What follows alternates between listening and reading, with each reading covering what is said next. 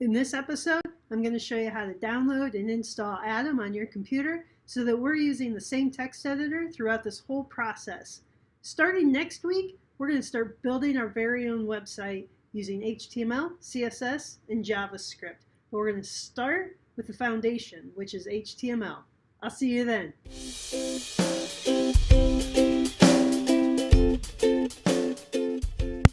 All right, let's head over to atom.io. We're going to go ahead and click the download for Mac or Windows, whichever you have. And once that's done downloading, we're going to go ahead and double click on that icon. So let's go ahead and double click on that file.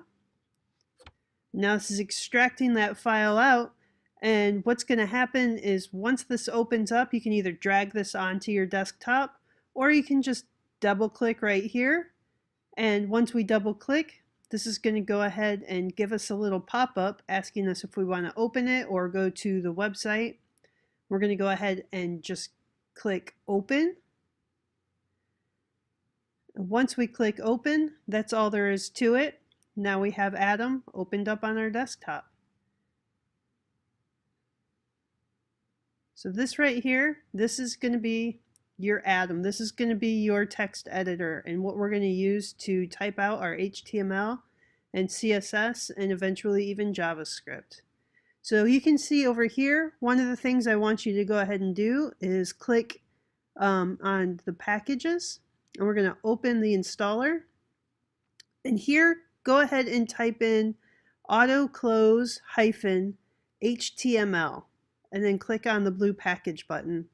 And what we're looking for here is a package that will start to auto close our tags, and we're going to get into that later, and it'll make a lot more sense. But this is something that the only thing that I really want you to download right now. So you can see here I already have this installed on my computer, and what we're going to do is go ahead and click the blue install button that'll be next to this actual package.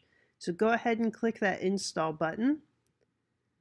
And then once this is fully installed, you can go ahead and just click out of settings. So let's go ahead and do that.